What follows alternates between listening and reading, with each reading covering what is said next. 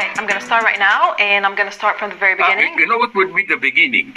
In the Bible, at the beginning was Logos. The word. Logos, yeah. I think it's theologically a wrong answer. My favorite philosopher, one of Schelling, says, no, the big problem is what was there before the beginning. Was it some kind of chaotic, not yet logically structured, not yet? He had this theory of freedom, right?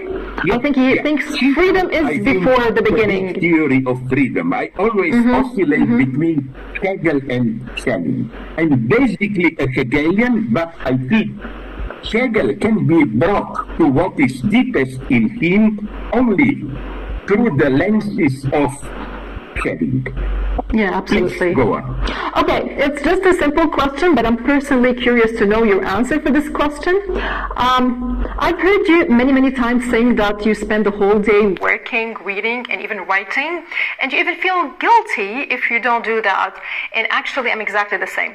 I do philosophy every day. So my question to you here is, why? Why all that? What does it mean to you to do philosophy today? And how do you manage to write all these books, articles, and participate in all these conferences and talks and everything else? Question, especially the last part. But let me go systematically through it.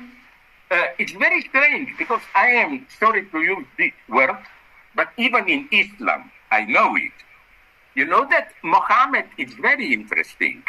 He tolerates materialists, non-believers. How? He just said they should keep this for themselves and not preach it around. But Muhammad admitted, he said, you cannot be forced to believe. There are people who don't believe, okay, just to say it properly. You know? Yeah. So the paradox is that although I am formally a non-believer, I have a truly religious sense of vocation. A job is for me not simply a job. You do it for money, blah, blah. It's a vocation.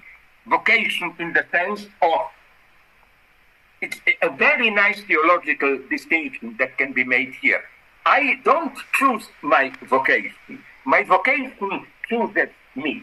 I simply experience myself as, even if there is no God, by some higher power, call it whatever, I was chosen to do this. And this spoils almost all of my life.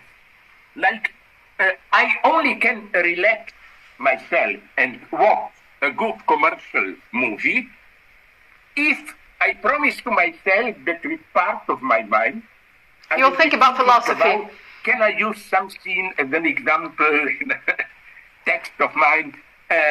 But this is combined, maybe you read this passage, I don't know where, in an interview that developed it. The paradox is that although more even writing than reading is my vocation, it's at the same time something that is for me impossible to do. The most horrifying idea that I can imagine is just to look at the screen, not your nice face but stupid letters, type. You know how that I consciously cheat myself? First, I write down the ideas which I already developed. This line of thought, that line of thought. So I can tell myself this is not yet writing. I'm just preparing things. Then you do it? At a certain point, I say, but everything is already written there. Now I just have to combine. You see, and edit. It's all structured to avoid the big moment of now I'm writing. It's like imitating God. I think we humans cannot do this. It's prohibited. You know.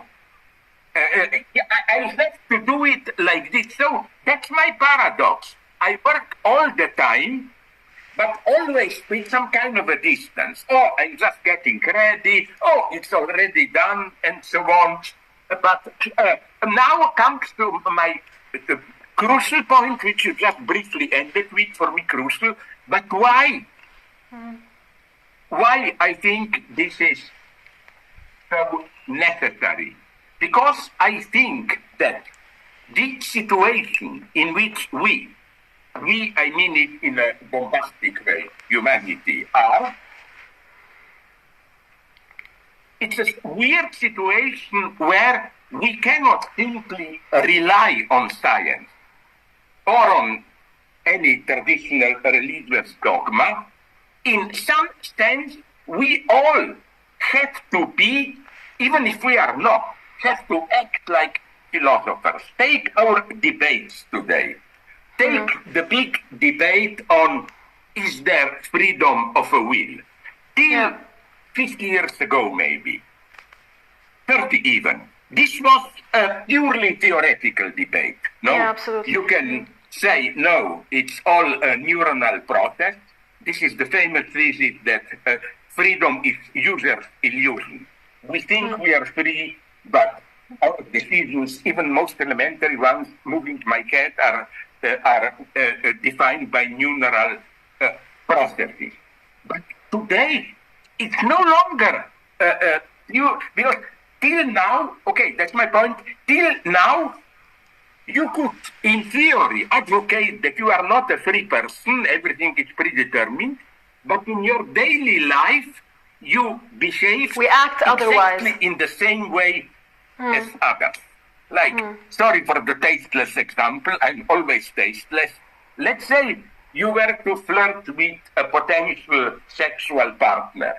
You wouldn't tell yourself, who cares, why should I think it's all predetermined? No, you would behave as if, my God, what should I do? It's up to me to decide. But today, it is more and more becoming a practical question. You know what? I've written a book about it. It's not only Elon Musk. Everybody is doing. I learned from friends in India, in China. All the militaries are doing what? This direct connection between our brain processes and digital machinery. So now it's not just a theoretical question. The point is to what extent our apparent free decisions can be manipulated by others, by computers, and so on. Another question, abortion. Now, it's not just a theoretical